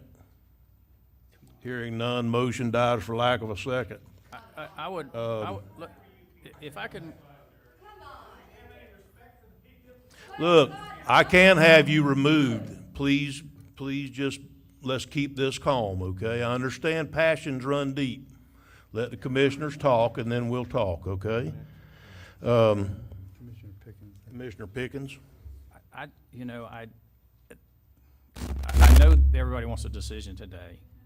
And this thing has been going on for a while, but we did make a decision to put a committee together to, after we made a decision. So the committee has come back with three recommendations, okay? And to this gentleman's point and his question, for us to have a meeting in Melrose to listen to citizens there about it maybe being relocated there, unless Commissioner Harvey just goes by himself, you have to advertise that meeting properly, and you have to have minutes taken and things. It has to be an official, public, advertised meeting. So the 2 weeks, could we have done that? Yes, he probably could have done that, but that didn't happen. But I still think this needs some more conversation. We've heard from y'all, there's no question from, you can say one side, and we've heard from some, say the other side. But this is one thing that probably does need to be talked about, is putting it on the ballot, okay? So I think we truly need to have another workshop on this to discuss this and come up with the final decision on this. I don't think a few more weeks is gonna really hurt this. So that's my opinion of that, and to your point, Jeff, you've been consistent on that to put it on the ballot. I was the other way because I felt that we were elected to make decisions of leadership, and I felt that this was a decision of leadership to make. So leaving it there, is leaving it there, is that a compromise? I don't know. Moving it, is that a compromise? I don't know. I was afraid that what is happening would happen. That was my biggest concern, that this appears to have divided some of Putnam County citizens more than I guess they were before. So all I'm saying is, my opinion is, I think we need to move it to that workshop and have it and come up with a decision then. Well, Is my opinion. you done? Yeah, I'm done. Okay, I think I'll go next. David, please, David. I'm gonna keep this meeting in order as much as possible. Please help me out, okay? David, thank you that we're not in your committee meeting today, so please help me out by keeping the meeting civil, okay? I appreciate it. I've said numerous times in the recent weeks that the decision made by the board was made in good faith in an attempt to unify this community. It divided the community like nothing I've ever seen. But Sheila, I think that we should take an opportunity to send this to workshop, and I'll tell you why before you start freaking out on me. I think that there are some other options, some options that were brought up to start with. And those options that I asked for in the first meeting that we ever talked about was that we erected a statue or a memorial to Robert Jenkins and leave it where it is, but erect a memorial as a compromise to both sides. Nobody, I don't care who you are, in your right mind cannot say Robert Jenkins was not a true hero for Putnam County. We named a school after him. We named a post office in Interlochen after him. Nobody can tell me or convince me that that's not correct. So this commissioner is not wanting to move it to a workshop just to keep from moving it or whatever. That's not what I'm wanting to do. I want to move it to workshop where we can discuss the other options that are still available. One of my opponents on the trail said we didn't talk enough to the other side, and this could have all been avoided. I don't know that that's true or not, but this gives time for a little more discussion with both sides to see if that would be a compromise to erect an additional memorial or whatever to Mr. Jenkins or whatever citizen that's a true hero of Putnam County would like to honor. So I do believe this needs to go to workshop, but not the reason that we need to kick the can down the road. I think we need to find a compromise in this community that will try to heal this community, like Miss Asia said a minute ago. If I was sitting here today and I didn't have my commissioner hat on, I'd be sitting out there in the audience listening with somebody. But my job as a commissioner is to keep the community safe, to keep the community calmed down as much as I can. Yeah, I stirred it up by doing this. But I'm telling you right now, I think there are some options that we can come up with, and that's, I'm gonna shut up and let other commissioners go on from there. But I do think it needs to go to workshop where we can try to find some options that might heal this community or move us in a favorable direction instead of just making it worse or dividing us even worse. Commissioner Goddard, I believe you were next. Thank you. Yes, I'm in agreement. It needs to go to a separate workshop, its own workshop, nothing else to be discussed except for this. But I also we've got to look at this compromise. If we had put it on the ballot, and I did a lot of thinking and praying on this, if we'd have put it on the ballot, it wouldn't have been over. You might have thought it was over. We'd have dealt with it and dealt with it and dealt with it. It's not going to go away until you absolutely deal with it. We've got to come to a good compromise for our county. Not this group, not this group, our county. And I've taken the time to talk to a lot of people on this. You have this side that's definitely, it's got to stay right where it is. This side, it's got to definitely be moved. But nobody's looking in the middle. Do you know that the majority of the people could care less? They honestly could care less. It was a war that was fought that probably should never have been fought, but it was fought. But nonetheless, in order to heal our community, we need to work together. So I'm all for, and I've said it before, instead of taking something down or moving it or whatever, let's build something that honors the other side. If you say there is two sides here, then let's build something that honors the other side. And let's quit trying to tear it down, move it, or do whatever we got to do. Let's work on a very good compromise that heals our community. So I'm all for, I'm not going to make a motion except that it needs to go to a workshop, its own dedicated workshop where we can discuss it. That's not where we're going with this. It's not appropriate. Commissioner Rawls, I'm sorry, I thought you were done. With that, that's all I'm saying is I do believe it needs its own workshop and it needs to be discussed. Okay, well, we have David, please. Okay, we have, Sheila, please. We haven't used it in a while, but we usually keep the third Tuesday workshop open, that date open. Would the commissioners be able to meet on the third Tuesday dedicated workshop just to this issue? Yeah. Where we can try to reach some kind of a compromise? What's the date? Well, then the next person can be, Sheila, and then you can deal with them. Jeff, did you have something else to say, sir? Honestly, comments from the peanut gallery aren't going to get anybody anywhere today. It's just everybody's been heard. I think it is time for people to just put their emotions aside for just a few minutes. You know, I really feel firmly that if this was put to the vote of the public, the public is gonna vote their conscience. White, black, Hispanic, Asian, they're gonna vote the way they feel. I don't know that the monument would stay or be moved because it's never been asked of the public. But in my estimation, we're a legislative body. This is not a legislative issue. This is a citizens issue that we should never gotten involved in. That's right. We are where we are.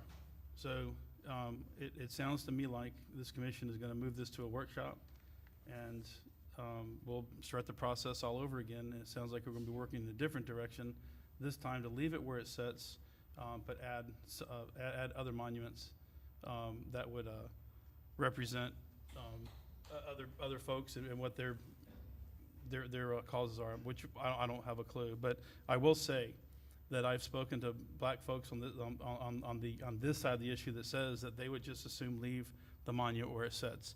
Not all black people are interested in seeing this being moved.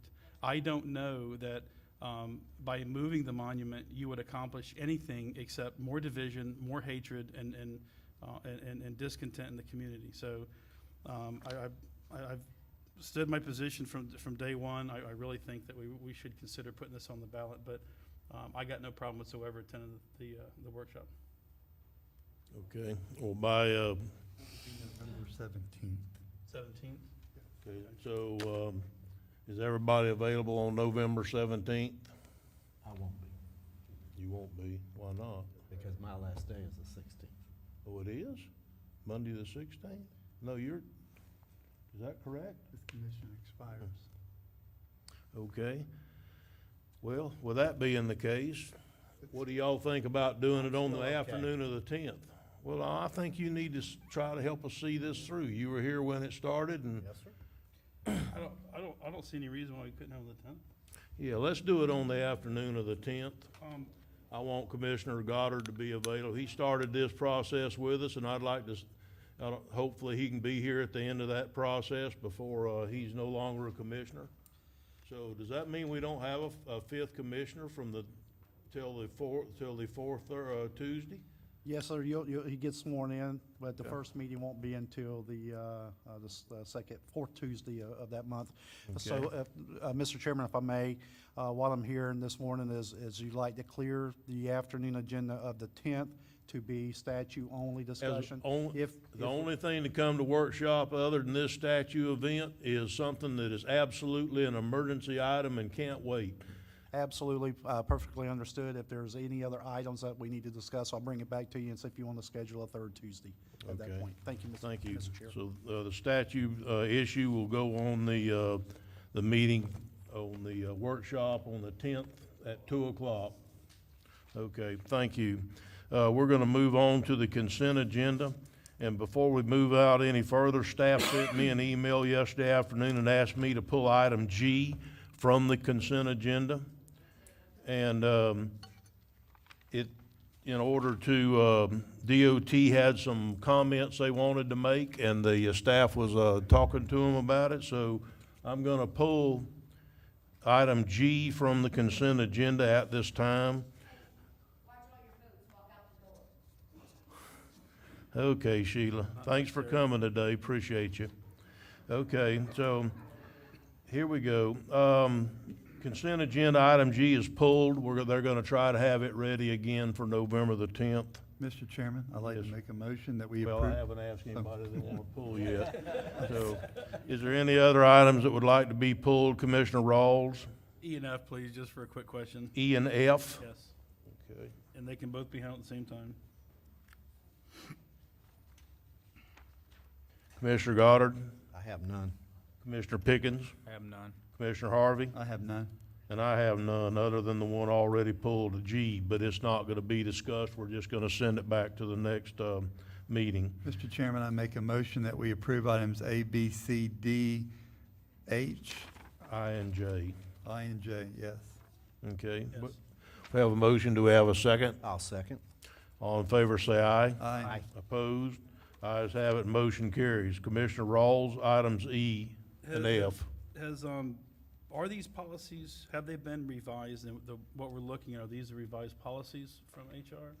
Or, it says update in detail and direction to the sick leave policy. Are they looking for direction from us? Are we gonna have a workshop on this? Because typically. We did have a workshop on it, Jeff. But We are we- had passed it at the last workshop. It says here, update, detail, and direction of the sick leave. Are we changing anything? Because what you've given us is a 2007 policy, not the revised policy. No, in the last workshop, we had one that was existing and one that was updated. This one that's in here, are we approving this? Yeah, that's the one that was updated, Okay. that we approved at workshop. Because it says 2007 on it. I didn't change it until it's actually been approved, and then I'll change the date. So that was my Okay, that was my Misunderstanding. question. Okay, You good now? yep, Okay. Is your mic on? yeah. I'll make a motion that we approve items E and F I'll as second it. presented. We have a motion and a second to approve items E and F on the consent agenda. Is there any further discussion? Hearing none, all in favor, say yeah. Aye. Aye. Opposed, ayes have it, motion carries. If I could real quick. Yeah, sure. Where the confusion's coming with me is it says update and detail and direction to sick leave policy. So I didn't know if we were gonna be discussing this more, because when I saw that 2007, I don't have the old ones to go back to, and I'm like, Well, they did at the last meeting. If you remember the last workshop we went in, we had the old and the new on both those two policies. We had a red line for the new and we approved the new language. so it honestly looks like this is 2007 policy that we're, Right, what she just said, yeah, I'm good, Yeah, but so she just said, I don't disagree with what you said whatsoever, so, yeah, I'm just thinking in the future, if we could show the new policy number, so it would, thank you. yeah. I'll make it clearer next All right, time. appreciate it. Okay, well, with that being said, we're going to, move on to item 7, which was supposed to have been at 10 o'clock certain, but we're running a little late, so it's the agreement for River Villas PUD agreement. Short and sweet, Mike, please. We've all read the package. Mike Brown, Putnam County Planning Development Services. This is an amendment to the Before we pass it. River Villas PUD agreement. Staff believes fairly simple. The request is to reduce the required distance between structures and structural improvements from 20 feet to 10 feet. River Villas was originally approved as a PUD by the county in 1994. It's 31 acres in size. Total number of manufactured home sites allowed is 124. This change will not increase that at all.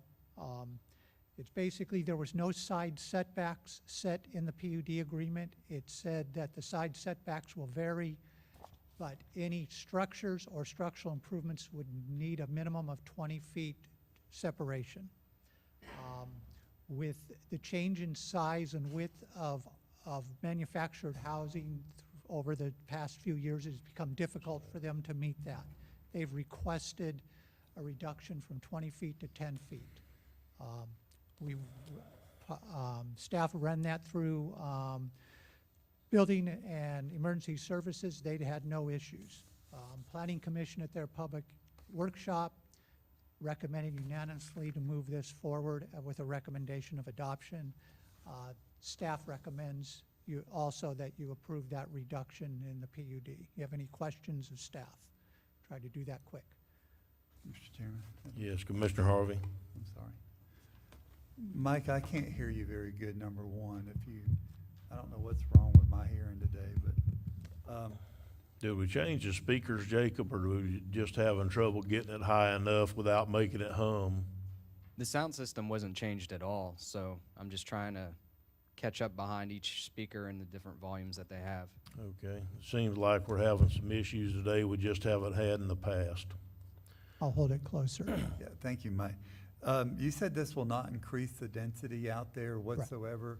Right, but the by same number of units that are there are approved already, 124 will remain. It just, the distance between, and really comes into the carports that they're attaching, the distance between that and the adjacent parcel and carport with the width of the manufactured housing is making a number of the sites unusable.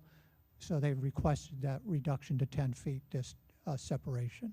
Thank you, Mr. Chairman. Commissioner Goddard? Now, how many sites are we talking about that That was need to be totally adjusted? 'Cause approved I- as 100, oh, how many's remaining? Well, see, I'm one that thinks it needs to be 20 feet. I still do. I think the 10 feet is just awfully close to be next to your neighbor. Of course, I also think 20 feet's awful close, but I'm more in tune with the 20 feet than I am the 10 feet. So when you're saying a few Well, I that don't, are yeah. being, And Commissioner Pickens asked me to try to find that information yesterday. I've been unable to get the exact number. If you look at the aerial that's provided, it's a little hard to see, but you can see that there's probably maybe 10 to 12 lots that are vacant right now that don't have anything on them. And I would, from what I was told from my discussions with the applicant, those are the ones that are having difficulty moving on a new manufactured home, and then also supplying the garage, the carport over the driveway. That's running into the neighboring lot that has something on it. They're unable to use that lot because they can't meet the 20 feet. okay, I would say we're probably talking 10 to 12 lots. Yeah, but you know, if you look at this from what it is, it's a very dense residential community that people rent the lot and put their home on, if I'm not mistaken. So if that's the case, if they don't like being 10 foot, then don't rent the lot. That's just my opinion. I'm not comfortable Is that the with case? it. I'd like to know the exact number. I mean, If I don't want it to be an open slate that you can put these on top of each other throughout the whole complex here. But an amendment to the PUD would mean that for every parcel within that PUD, they all have to live by the same rules. So Correct. the PUD sets the zoning for that whole development. Yeah, I'm. tear one down and bring a new Yeah. one in, and it would go to the new. I go back to the same thing. I'm not comfortable with it being that close. I just don't see that being a good thing. Yeah, so my opinion is if you say there's going to be 3 houses or 3 places that need to be changed, I might be for that one. But to open the slate up that every house in there could be 10 feet on top of another house, I'm not for it. Well, the amendment they're requesting would potentially allow that. Right. An open slate to do it throughout the whole complex. Done, sir. Yes, sir. Commissioner Pickens? Yeah, thank you, Chairman Turner. Along those lines, Michael, we talked yesterday. My concerns was with it being that close, and then I'd say some of these units are older, so they had different height requirements and things like that.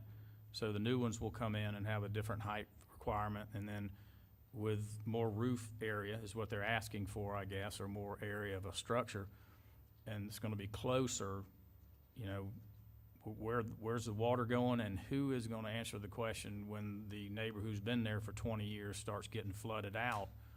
Does the commissioner in that district answer that question of how we're going to handle that drainage, or does the planning department or the building department, or do they, as a subdivision PUD, they take care of their own issues?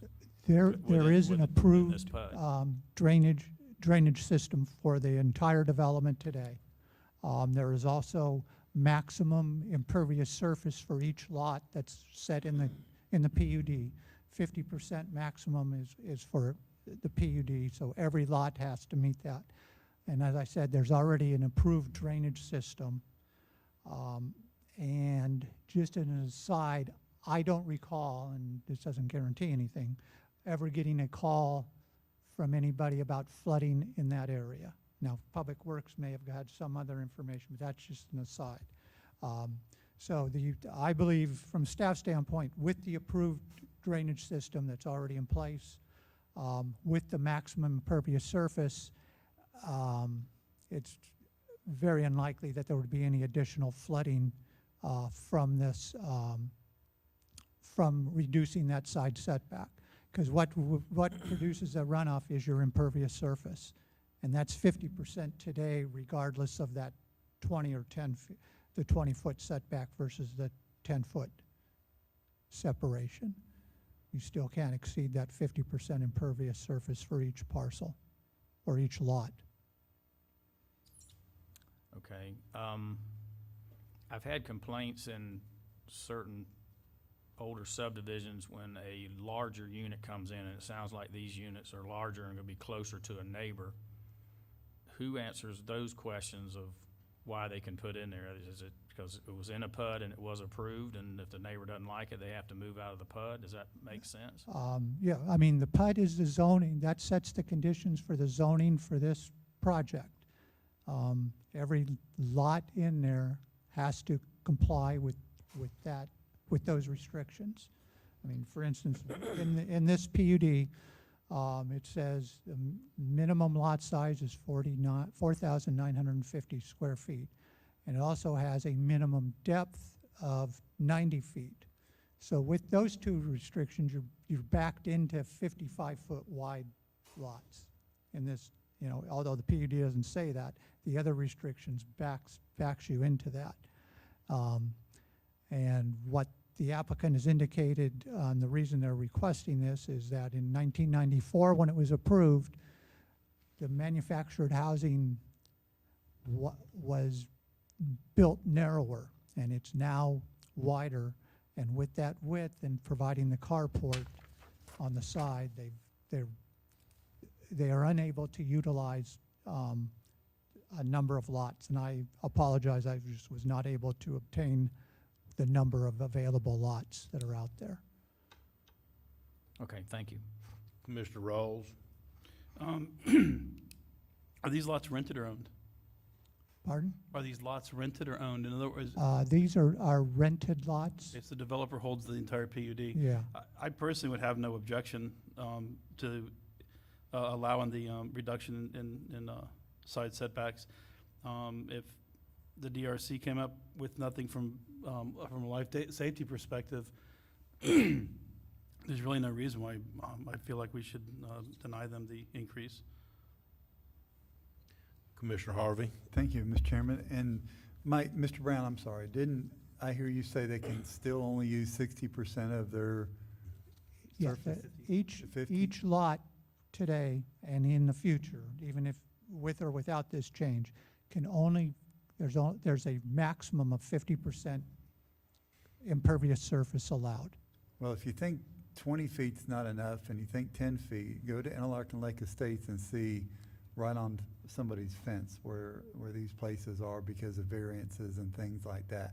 I really appreciate you bringing this PUD like that, because at least you know the rules going in, where somebody can't come in here for a variance and get right up to your house and put a structure. So I'm in support of that too.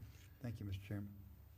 Yeah, I think the main reason that I probably support this is just because it is a rental, one big PUD that the owner owns the lots. And so he can explain this to someone that comes in before they come in, or the people that are there or whatever. So if this was a PUD, excuse me, if this was a PUD that everybody owned their own lot, it would definitely be a different situation in my book. No, I'm good. That was my concern, was covenants and So, restrictions. does anybody have any further questions? Is the applicant here today? Okay, I don't see him. So with the applicant not being here, I'll close the public comment portion of this case and ask for a motion on the. Mr. Chairman, we need to read the ordinance by title if we can, please. Yes, sir, we got it. If you'll give us the opportunity. How about calling us down after we do something wrong instead of before? Sorry. Oh, I just got the evil eye. Okay. Motion, Mr. Harvey? Yes, sir. Thank you, Mr.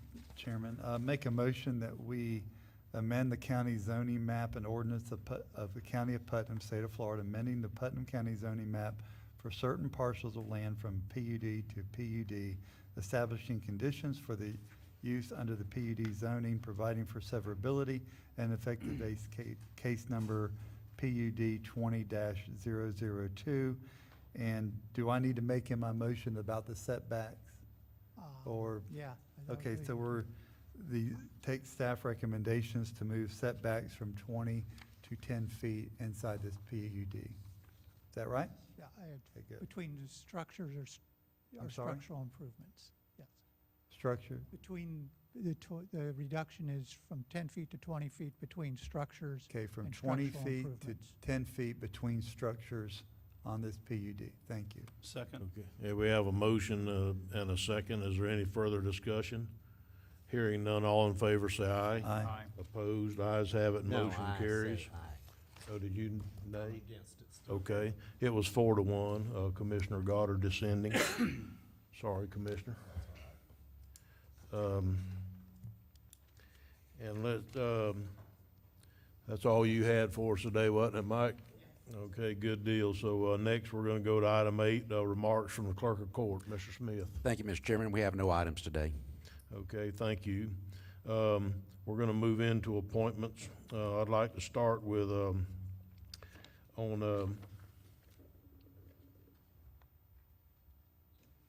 public comments over. Tim, you wanna speak again? Okay, thank you.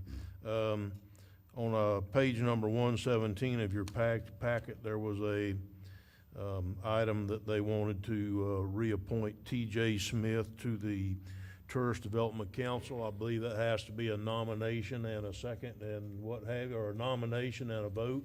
Is that correct? Because it's not it's not a district appointment? That is correct, sir. Okay, well, I'd like to nominate T.J. Smith I'll to second the it. Tourist Development Council. We have a nomination. I don't think we have to have a second, but thank you for that. All in favor, is there any further discussion? All in favor, say aye. Aye. Aye. Opposed? Ayes have it, motion carries. Okay, and we're gonna start with any additional appointments. Commissioner Rawls, do you have any appointments today? On the affordable housing, I'm reading the requirements for at-large. I came and intended to nominate John Nelson, but I'm not sure if he meets the requirements, to be honest with you.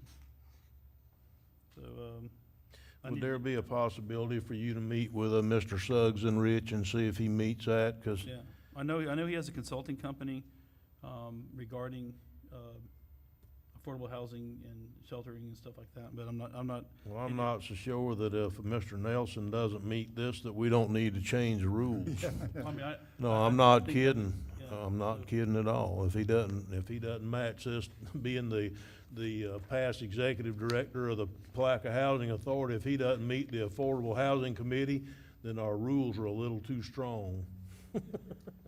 So, yes, if you would get with him, I think he'd be an excellent choice on your part, yes. Thank you. You have any more, Commissioner? Was that it? Commissioner Goddard, did you have any appointments today, sir? Commissioner Pickens? Have none. Commissioner Harvey? I have none. And I have no additional. With that being said, we're gonna move down to the county administrator for a few short comments. Thank you, Mr. Chairman. I appreciate that. Again, it's good to be back in the big room. It's good to have Mr. Smith back with us right. today as I well. Absolutely. No comments this morning, sir, related to the meeting or work that's being performed. As you heard the progress report this morning on your projects, there's a lot going on in Putnam County. But I would like to take this opportunity if I could. Today is going to be the last day that our deputy county administrator sits with us at the dais in the BOCC no. room. Sits on that side of it. You're absolutely right, Commissioner. So, Mr. Reynolds' next role will be to move down to the other end of the dais as the clerk of the court-elect to take on that new role in leadership that Mr. Reynolds is going to be beginning here in January. But it would be remiss of me if I didn't take this opportunity. I've worked with Mr. Reynolds now for 6 years.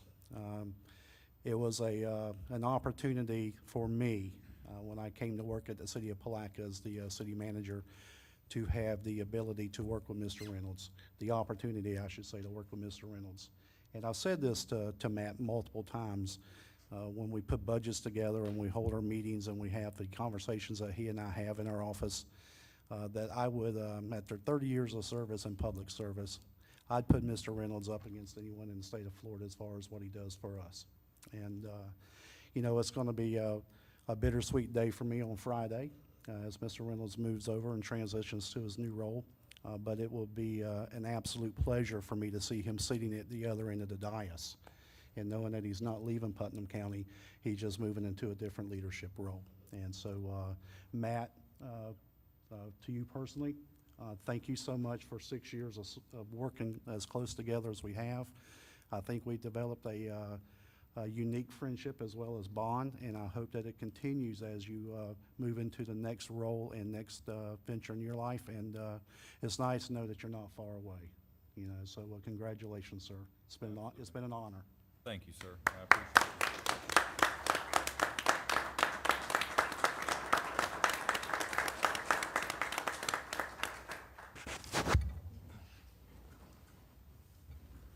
Do you have anything else, Mr. Suggs?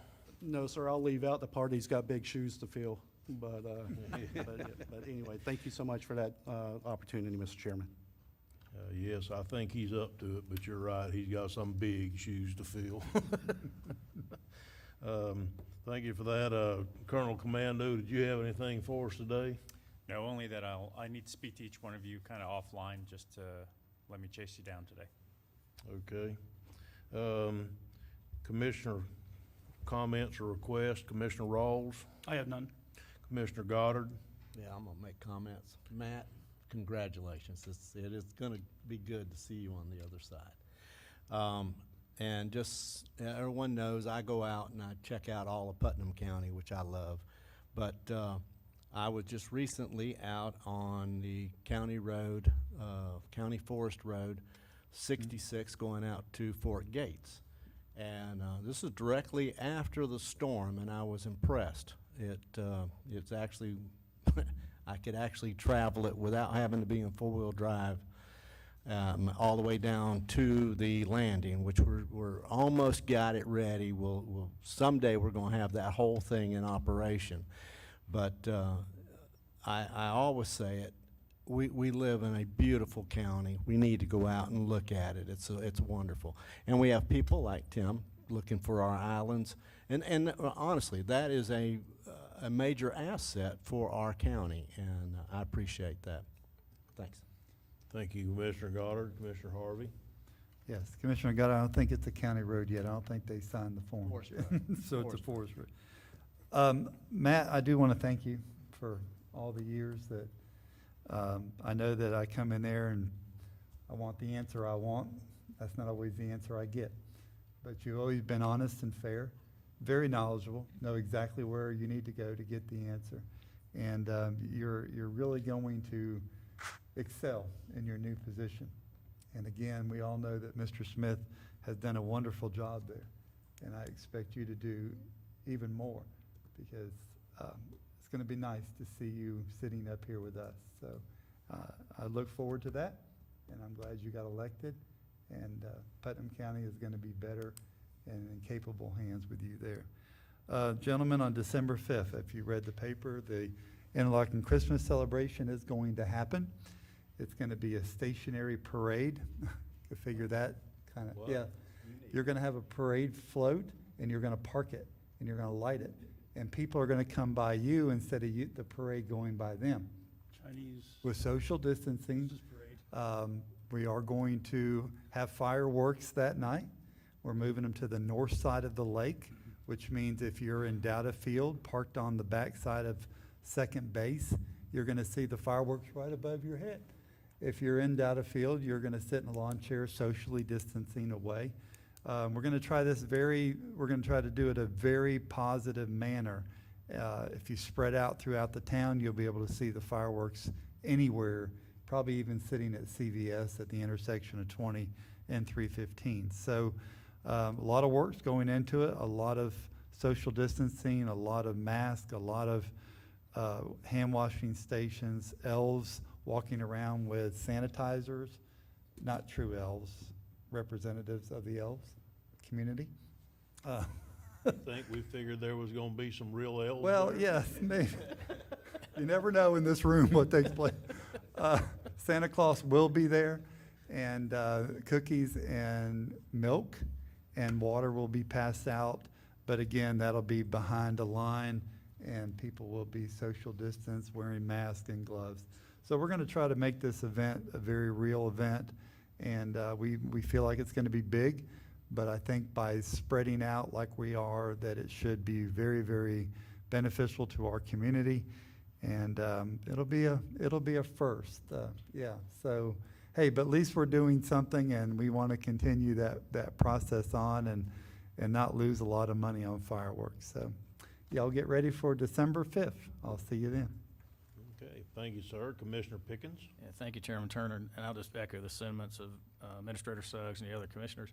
I really didn't know Matt. I had heard of him, and everything that I had heard when he was at the city was how well he did everything, and he had no weaknesses. So when he came to, when we stole him from the city, when he moved from the city to the county, I found that out very quickly, that Matt has no weaknesses. And he was always available for me. I'm not a budget person, and he worked with me to make me understand the budget. He broke it down to where all of us could understand it a lot easier than the first budget we had. Matt, I didn't know if anybody would happen to say that you have some big shoes to fill. You know that, but you have some special shoes to fill. Tim Smith has been such a fantastic clerk for 20 years, and you'll do a fine job. You're up to the task, I know. So I do want to thank the two ladies that were here today, Marianne Braddock and Cherie Nelson Register, for serving on the committee to try to come up with a relocation for the statue. I appreciate them doing that. And that's all I have. Thank you. Okay, thank you, Commissioner Pickens. I do want to reiterate a couple of things besides following up the other commissioners on wishing Matt well, and Tim knows how big a fan I am of his. We've been friends since we were teenagers, so which has been a long time. Yeah, I know. But anyhow, with that being said, I just want to again give my gratitude to the people that served on that statute committee. That had to be one of the toughest committees that anybody had to serve on that I've known of in a lot longer than I've been a commissioner. So thank them for their very, very hard work and trying to get us where we are today. They are good recommendations. Hopefully when we get to workshop, which is where I think this should go, that we can finally put this to bed one way or another and start healing our community. I really hope we can do that. And with that being said, if there's no other business to come before the board today, I hereby call this meeting adjourned.